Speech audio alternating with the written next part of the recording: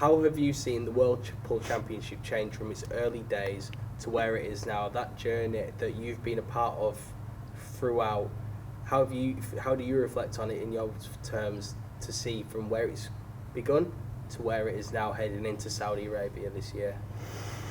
Well, I've played in the actual first World Championships in 1990 because I was in Germany, in Bergheim, so actually not too far from my hometown where I was born and raised.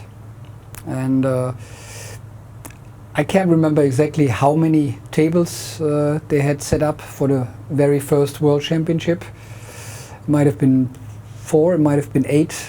I actually can't remember. I only remember that we played side by side, women and men, back then. And that both champions came from the United States with Robin Bell back then. Nowadays her name is Robin Dodson. And Earl Strickland that won it in Germany. Well, I would say back then there were probably maybe 2-3 Asian players that were, you know, capable of playing. And I actually played one of the Taiwanese guys, but back then they were probably a lucky draw, let's put it that way. As where nowadays, you know, when you know you have to play a Taiwanese in the first round or in any match, you know, you have a hard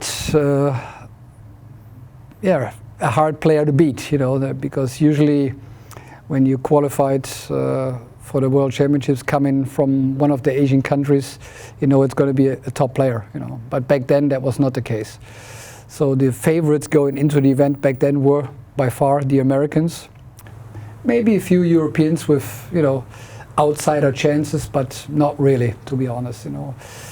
And over all the years, you know, the Europeans slowly, you know, started taking over. Then the Asians came along. I mean, obviously there were always Filipinos, but I think in the first few years there were no Filipinos actually participating.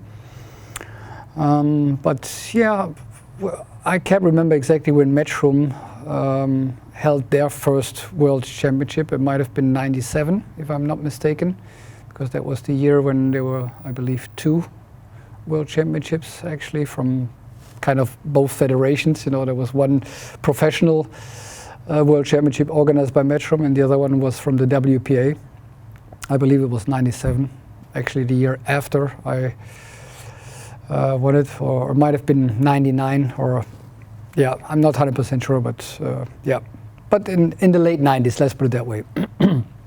And yeah, with Matchroom starting it, everything became more professional.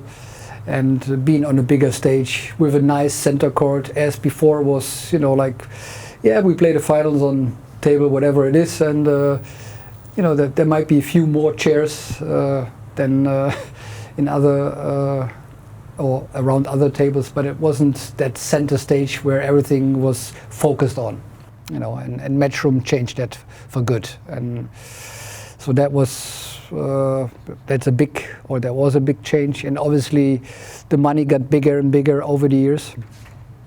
And yeah, I remember when I won it, unfortunately the first prize was $10,500, as where when I finished second 5 years later in 2001, that was in Cardiff, and I actually already received 30 or 35,000 for runner-up that year, and a similar amount when I finished second again another 5 years later in 2006 in Manila in the Philippines.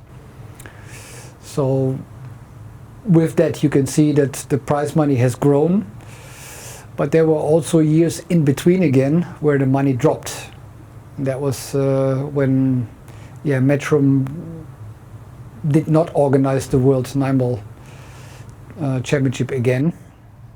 I don't want to go into details, or you know, don't want to make the story too long here. But yeah, so we went a few steps backwards again, and because the champion then received between 30 and 40,000, as where Matchroom already had it to, I believe, 100,000 at one point, you know. So, but luckily now, we know going into Saudi Arabia, to Jeddah, we have a monster amount of $250,000 to the champion and a total purse of $1 million.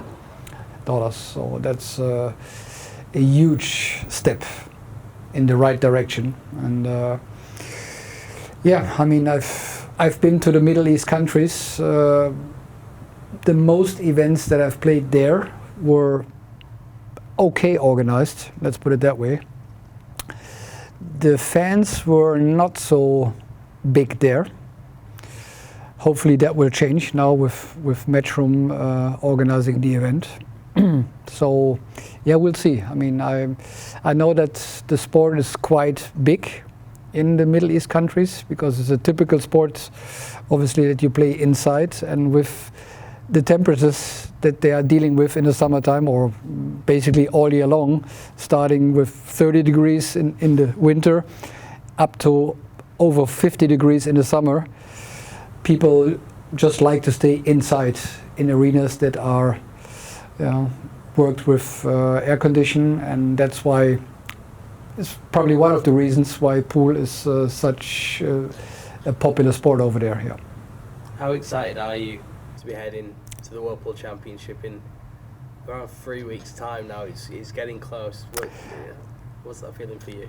Well, I'm absolutely excited, even though I'm not playing on top of my game. I'm still searching for my A game. I mean, I've played all right in Scotland last week. I played okay here, but I'm not as consistent at the moment as I usually are, or as I would like to be. So I still need to work a little bit on my overall performance. And yeah, hopefully I manage to get things sorted out until the start of the event there. And yeah, definitely looking forward to it, and hopefully also in a top form, so I can go quite deep into the event. Yeah.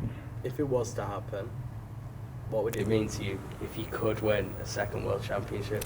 I mean, that would definitely mean the absolute world to me, because not only after so many years of winning the title, or the title for the second time, but also with my age of 55, I think I could set a different milestone here, because I don't know what the oldest world champion actually was up to date.